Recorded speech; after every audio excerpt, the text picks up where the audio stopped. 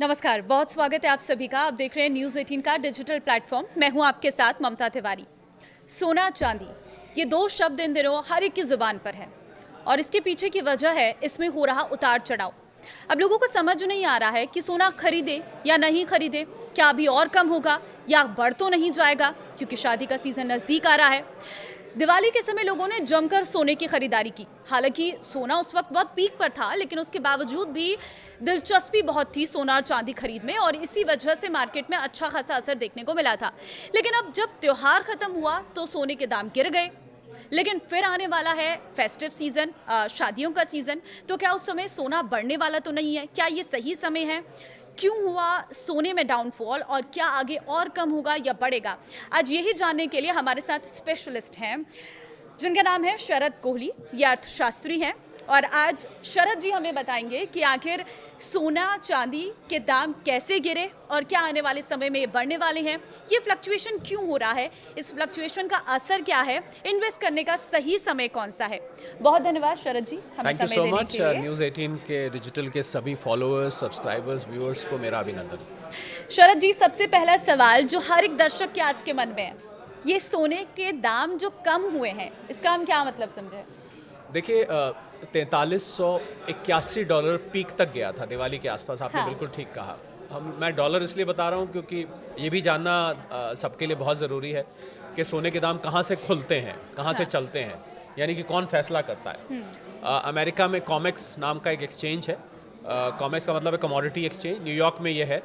यहाँ पर सोना के दाम सबसे पहले खोले जाते हैं। पहले ये लंदन हुआ करता था, लंदन बुलियन मार्केट बोलते थे। अब ये न्यूयॉर्क में कॉमेक्स से खुलते हैं। उसी के आधार पर भारत में अगले दिन, क्योंकि हमारे यहाँ और उनका दिन रात का फ़र्क है, हाँ। अगले दिन सुबह उसी के आधार पर उसको वहाँ पर प्रति आउंस नापा जाता है। करीब हाँ। 30-32 ग्राम का आउंस होता है। उसको 10 ग्राम में कन्वर्ट किया जाता है, डॉलर को रुपए में कन्वर्ट किया जाता है और यहाँ पर दाम खुलते हैं। तो मैंने आपको भूमिका इसलिए बताई कि आपको पता लगे कि मैं डॉलर में क्यों बोल रहा हूँ। $4381 पर थे, करेक्ट हुए, नीचे आए, लोग घबराए और नीचे गिरते गिरते करीब करीब $4000 तक ये चला गया। तो जब $4000 तक गया तो लोगों को लगा कि भाई ये तो अब तो ये नीचे नीचे जाना शुरू हो जाएगा। पर आज जब हम बात कर रहे हैं तो ये फिर $4100 और $4120 के बीच में आ गया है। हालांकि सैटरडे संडे को हमें ध्यान रखना चाहिए कि दुनिया भर के जो कमोडिटी एक्सचेंजेस हैं वो बंद रहते हैं, तो इसलिए आपको कोई नए दाम देखने को नहीं मिलते हैं। नहीं मिलेंगे। ज्वेलर्स और मार्क सराफा बाजार आपस में कुछ घटा बढ़ा ले अलग बात है, पर ऑफिशियल तौर पर दाम नहीं बढ़ते हैं। अब ज़रूरी बात यह है ममता, जो आपने बात पूछी है कि ये नीचे क्यों आए, क्योंकि लगातार पिछले कुछ हफ्तों से आप देख रहे थे कि नए नए रिकॉर्ड बना रहा था। हाँ। तो नीचे आने के कारण क्या है, ये बहुत सारे लोग इसको नहीं जानते हैं। तो मैं उन कारणों को खोल देता हूँ, मुझे लगता है उससे बिल्कुल स्पष्ट हो जाएगा और इससे ये भी पता लग जाएगा कि आगे कैसा रहने वाला है। क्या होता है कि कमोडिटी एक्सचेंज में जब आप सोने की खरीद बेच करते हैं तो वो फिजिकल फॉर्म में नहीं होती है। हाँ। वो कॉन्ट्रैक्चुअल फॉर्म में होती है। तो भारत में भी एक कमोडिटी एक्सचेंज है जिसका नाम MCX है, मल्टी कमोडिटी एक्सचेंज। और शायद जो लोग नहीं जानते उनको ये भी मैं बताना चाहूँगा कि वहाँ पर सोना ऐसे नहीं खरीदा जाता कि मैंने आपको बेचा, आपने मुझे बेचा, कोई हमने एक ब्रिक बेच दी बार, बल्कि खाली कॉन्ट्रैक्ट्स बिकते और ख़रीदे जाते हैं और इस कॉन्ट्रैक्ट की हर महीने की एक डेट पर एक्सपायरी होती है। हाँ। उस डेट तक आपको अपने कॉन्ट्रैक्ट स्क्वायर अप करने होते हैं। अब अमेरिका में कॉमेक्स में 29 अक्टूबर को ये जो मंथली कॉन्ट्रैक्ट होता है उसकी एक्सपायरी की डेट है। तो जिन लोगों ने पहले लिया था, अब देखिए आपने कोई चीज़ खरीदी और आपको लगा कि अब वो मुनाफे में आ गई है, तो आप चाहेंगे कि हम प्रॉफिट बुक कर लें और उसको बेच के अपना प्रॉफिट जेब में डाल लें। तो जिन लोगों ने पहले खरीदा था, इसको हम प्रॉफिट बुकिंग कहते हैं, यानी कि कम दाम पे आपने खरीदा और ज़्यादा दाम पर आपने उसको बेच दिया। तो जब बहुत सारे लोग बेचने आ जाते हैं तो उसको हम प्रॉफिट बुकिंग कहते हैं, जिसके कारण से कीमत नीचे आती है। पहला कारण। दूसरा और इससे भी बड़ा कारण ये है कि ये जो हाल में तेज़ी आई थी, ममता ध्यान दीजिएगा इस पर, ये तेज़ी आने का कारण था कि चाइना और अमेरिका, जो दुनिया की दो सबसे बड़ी अर्थव्यवस्था हैं, उन दोनों के बीच बहुत बड़ा ट्रेड वॉर छिड़ गया था। चाइना ने क्या किया था, उसके पास रेयर अर्थ मिनरल्स हैं, ऐसी चीज़ें हैं जो कि अमेरिका की इंडस्ट्री में इस्तेमाल होती हैं, मिसाइल बनाने में, इलेक्ट्रॉनिक सामान बनाने में, स्पेस का सामान बनाने में वो इस्तेमाल होती हैं। कुछ उसमें मैग्नेट्स भी हैं। उस पर चाइना ने कुछ शिकंजा कस दिया था, यानी कि उसको रोक लगा दी थी। तो अमेरिका इससे परेशान हो गया। अमेरिका परेशान हुआ तो अमेरिका ने क्या धमकी दे दी, ट्रंप साहब ने धमकी दी। धमकी देने के लिए तो अक्सर हम उनको सुनते ही हैं, मेरे मुंह से कभी कभी गलती से डोनाल्ड थ्रेट निकल जाता है, डोनाल्ड ट्रंप की जगह। तो उन्होंने धमकी दे दी कि मैं 100% और टैरिफ लगा दूंगा चाइना के ऊपर। तो जैसे ही ये प्रेशस मेटल मार्केट ने, यानी कि गोल्ड और सिल्वर की मार्केट ने ये एक दूसरे के तरफ से ये धमकियां और ये शिकंजा कसना जो मैंने कहा सुना, तो सोने और चांदी के दाम एकदम भागने लगे।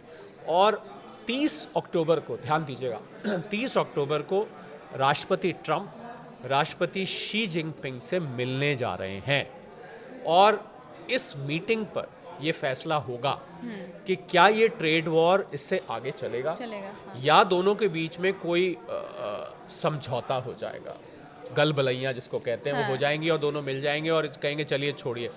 तो मुझे लगता है कि 30 अक्टूबर तक सोने के दाम में आपको दबाव महसूस होगा, उतार चढ़ाव ज़्यादा दिखाई देगा। और उसके बाद ये फैसला, अगर वहाँ पर समझौता नहीं होता तो आपको ये दाम फिर से एक बार बढ़ते हुए दिख सकते हैं।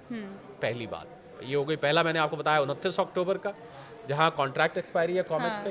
दूसरा मैंने आपको बताया कि 30 अक्टूबर को ट्रंप साहब और शी जिनपिंग की साहब की मीटिंग है। और तीसरी ममता, एक और बहुत ज़रूरी बात जो कि बहुत सारे लोग नहीं जानते हैं, कि इतना ज़्यादा सोने का बढ़ना इस बात का सूचक था कि डॉलर की जो दादागिरी है दुनिया भर में, उसकी दादागिरी को खतरा हो गया था, क्योंकि सोने को वैल्यू देखा जा रहा था। और दुनिया भर के देश जिन्होंने अमेरिका की ट्रेजरी में इन्वेस्ट किया हुआ था, उस पैसे को निकाल कर वो सोने में लगाए जा रहे थे।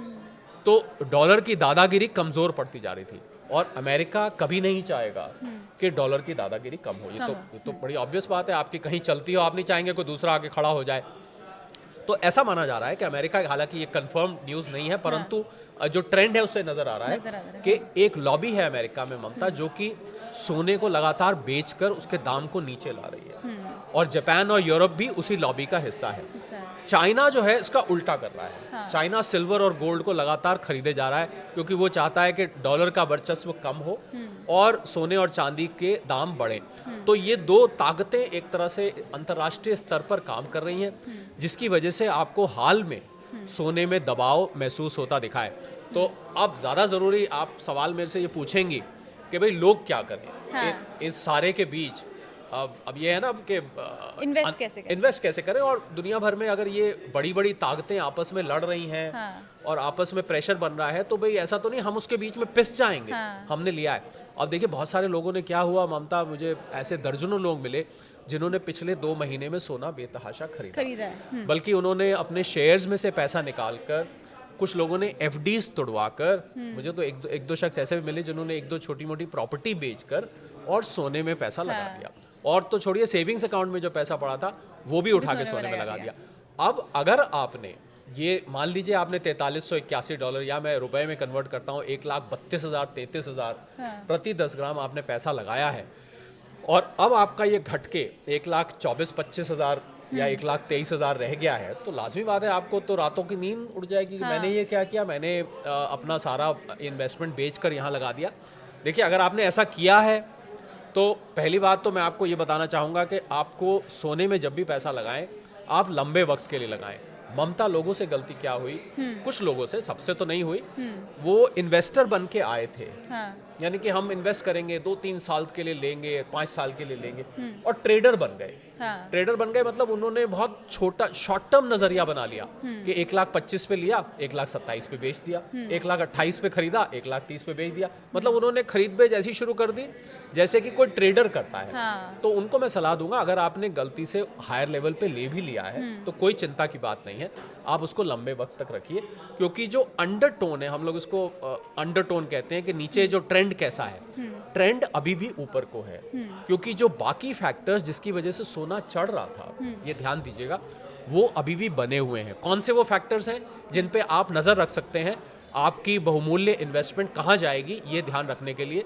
उसके लिए आपको रशिया और यूक्रेन के युद्ध पर, खबरों पर ध्यान रखना चाहिए कि वो युद्ध अब कितना घमासान हो रहा है, और वो अभी घमासान हो चुका है। वो कहीं पर अभी ठंडा होने की ट्रंप साहब ने बहुत कोशिश करी, पर कहीं नज़र नहीं आ रहा। उल्टा रशियन कंपनीज पर सैंक्शंस लगा दिए हैं अमेरिका ने। रोजनेफ्ट और लुकोइल 2 बड़ी कंपनीज है रशिया की, उनके ऊपर सैंक्शंस लग गए हैं। तो ये एक खराब खबर है, सोने के लिए अच्छी खबर है। और दूसरा, ट्रेड वॉर या टैरिफ वॉर जो ट्रम्प साहब ने दुनिया भर पे छेड़ा हुआ है, वो अभी बदस्तूर जारी है। हाँ। वो कहीं भी उसको वापस नहीं ले गया। ये भी सोने को बढ़ाने में इसने बहुत योगदान दिया। मैं तो ममता हल्के फुल्के अंदाज में लोगों को कहता हूँ, जिन लोगों ने सोने में और चांदी में पैसा कमाया है पिछले कुछ महीनों में, उनको ट्रम्प साहब का धन्यवाद करना चाहिए। देखिए, वैसे तो ट्रम्प साहब का धन्यवाद ज़्यादातर भारतीय नहीं कर रहे हैं, क्योंकि उन्होंने भारत के ऊपर H1B वीज़ास पर रिस्ट्रिक्शन लगाई, उन्होंने भारत के ऊपर 50% टैरिफ लगा दिए, क्षमा करें, और भारत के चाबहार पोर्ट है ईरान में, उसके ऊपर सैंक्शन लगा दिए, अभी रशियन ऑयल पर सैंक्शन लगा दिए। लगातार भारत को वो अप्रत्यक्ष रूप से इनडायरेक्टली टारगेट कर रहे हैं। तो कोई भारतीय धन्यवाद तो नहीं करेगा, बस जिन लोगों ने सोने और चांदी में पैसा कमाया है वो लोग धन्यवाद कर सकते हैं कि उनकी वजह से कीमत बहुत बड़ी है। तो ये जो फैक्टर्स हैं कुल मिला के, ये फैक्टर्स जब तक बने हुए हैं, यानी कि ट्रेड वॉर, टैरिफ वॉर जब तक बना हुआ है, जब तक जियोपॉलिटिकल सिचुएशन, अभी तो पता लगा ममता मुझे कि अमेरिका ने वेनेजुएला पर अटैक करने की पूरी तैयारी कर ली है, चाइना और ताइवान की टेंशन फिर से बढ़ गई है। तो जब तक ये फैक्टर्स बने हुए हैं, सोना बीच में देखिए उतार चढ़ाव आपको दिखेंगे।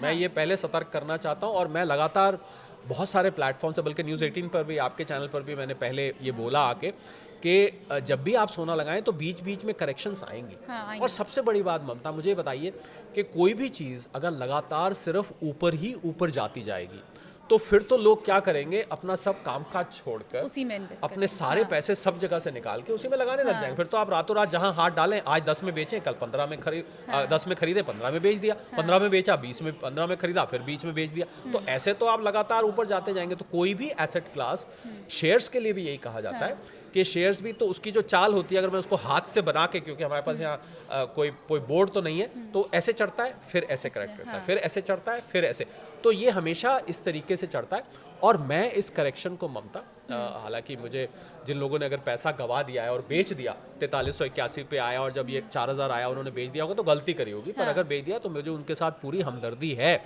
परंतु अगर आपने रखा हुआ है तो इसको लंबे वक्त तक रखिए। एक हेल्दी करेक्शन है, जब भी कोई एसेट इस तरीके से बढ़ता है तो उसको एक हेल्दी करेक्शन माना जाता है। लेकिन बीच में इसी में मेरा सवाल ये रहेगा कि आपको क्या लगता है, जो मार्केट में फ्लक्चुएशन हो रहा है, ये गोल्ड किस लेवल तक हाई जा सकता है और किस लेवल तक नीचे आ सकता है? देखिए, गोल्ड के बारे में फोरकास्ट करना बहुत कठिन काम है, क्योंकि गोल्ड, जैसा कि मैंने बताया, जिन फैक्टर्स पे ये डिपेंड करता है, और दुनिया भर के सेंट्रल बैंक्स ने भी बेतहाशा गोल्ड खरीदा है। तो ये फैक्टर्स ऐसे हैं कि जब तक ये फैक्टर्स बने रहेंगे चढ़ता रहेगा। अब देखिए, कब ये फैक्टर पलट जाए। अब मैं उदाहरण अक्सर दिया करता हूँ, मैं रशिया यूक्रेन की हम बात कर रहे थे अभी। अब मान लीजिए ट्रम्प, जेलेंस्की साहब और पुतिन साहब गले मिल जाए, चलो लड़ाई छोड़ो, आज से हम और आप दोस्त, ये लो अपनी टेरिटरी वापस, ऐसा कुछ हो जाए तो फिर आपको नेचुरली करेक्शन होती दिखाई देगी। पर मुझे लगता है अंडरटोन बुलिश है। मुझे, अगर गोल्ड आज 1,25,000 पे खड़ा हुआ है, मुझे यहाँ से 1.5 लाख तक भी जाता दिखता है। परंतु आप निवेश करने से पहले अपने फाइनेंशियल एडवाइजर से सलाह ले लें। मैं आपको निवेश करने की सलाह नहीं दे रहा हूँ, मैं आपको सिर्फ वो फैक्टर्स बता रहा हूँ जो कि गोल्ड की प्राइस को, सिल्वर की प्राइस को उतारते और चढ़ाते हैं। हम सभी दर्शकों को एक डिस्क्लेमर आपकी इजाज़त से देना चाहूँगा कि आप अपने फाइनेंस एडवाइजर से सलाह लेके जो भी निवेश करें, उनसे सलाह लेके करें। ये एक एनालिसिस है केवल, और केवल आपको ये गाइड करने के लिए कि क्या वो फैक्टर्स हैं जो गोल्ड और सिल्वर को ऊपर और नीचे ले जाते हैं।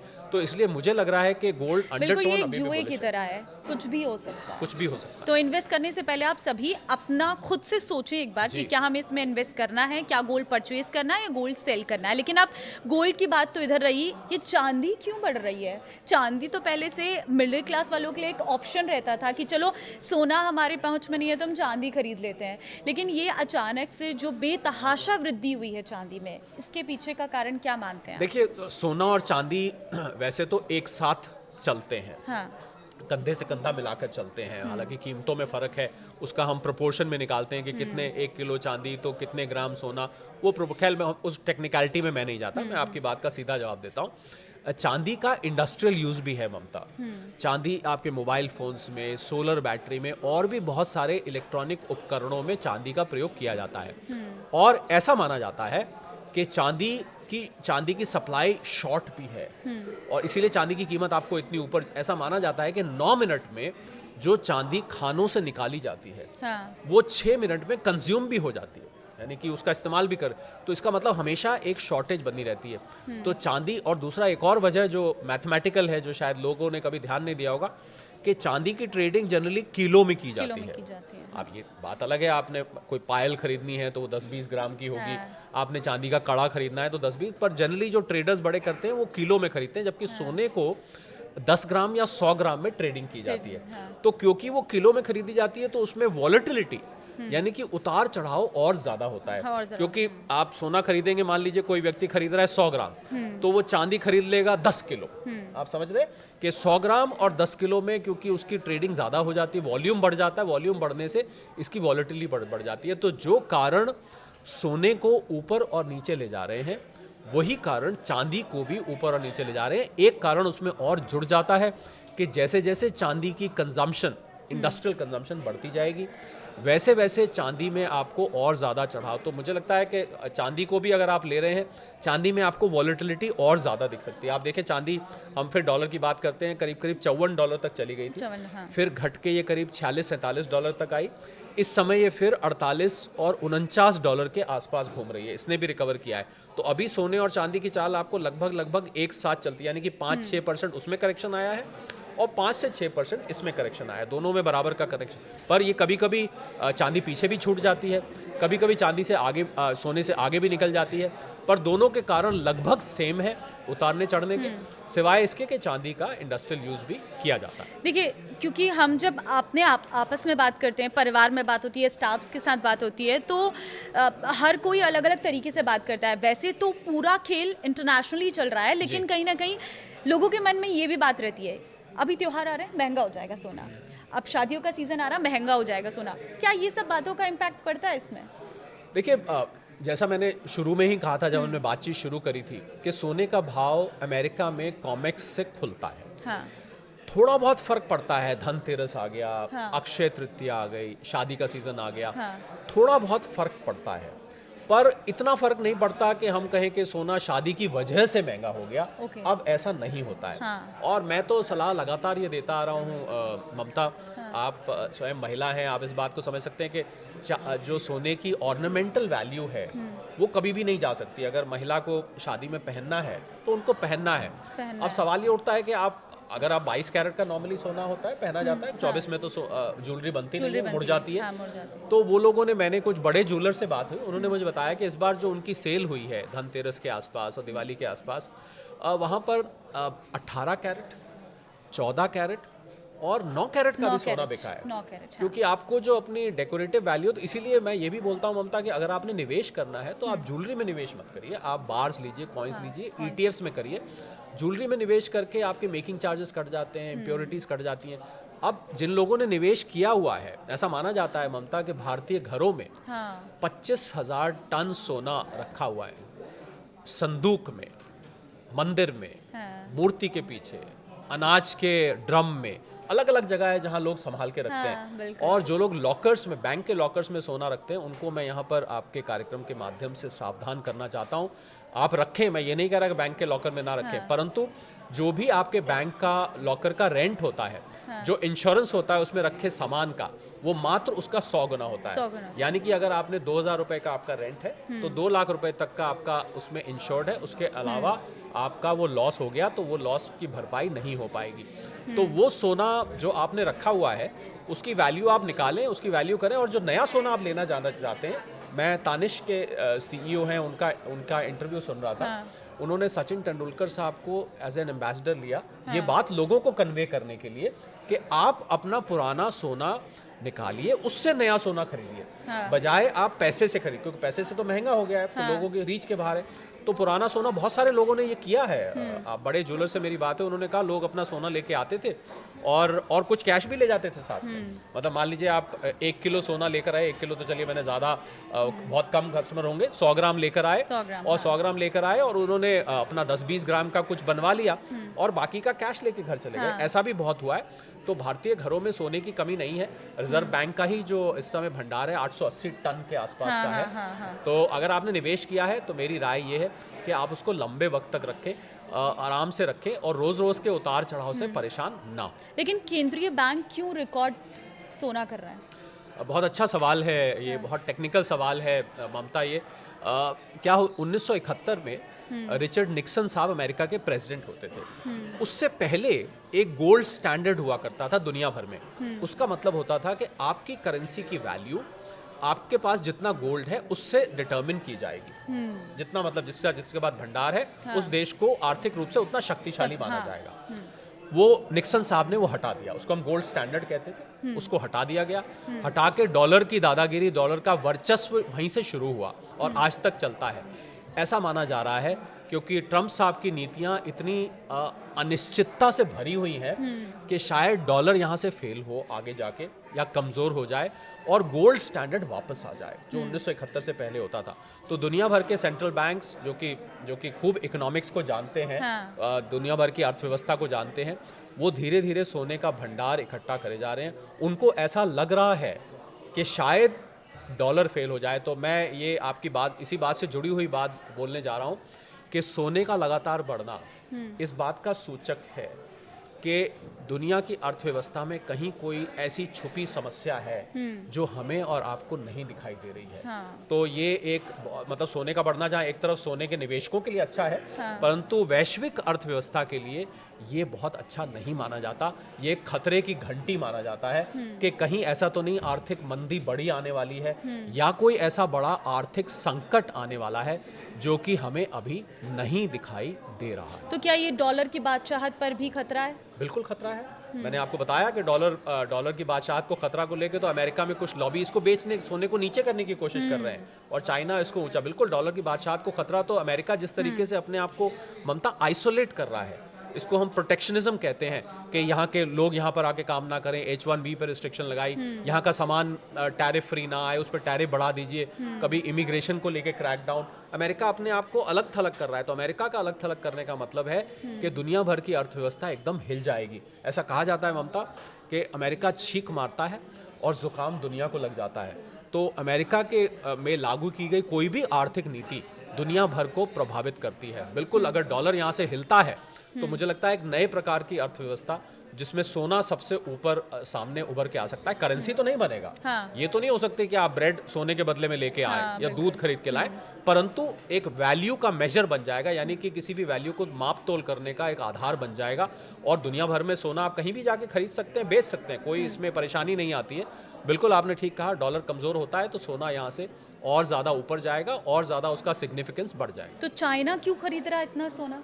चाइना इसलिए खरीद रहा है क्योंकि चाइना भी चाहता है अंदर से कि डॉलर बहुत ज़्यादा मजबूत ना हो। चाइना तो अपनी करेंसी को युआन को बनाना चाहता था, पर युआन में तो अभी वो इतना कामयाब नहीं हुआ है कि युआन दुनिया भर की करेंसी बन जाए। उसको लग रहा है कि सोना एक ऐसी चीज़ है जो हम अपने यहाँ भंडार इकट्ठा कर लें तो डॉलर के वर्चस्व को हम चैलेंज कर सकते हैं।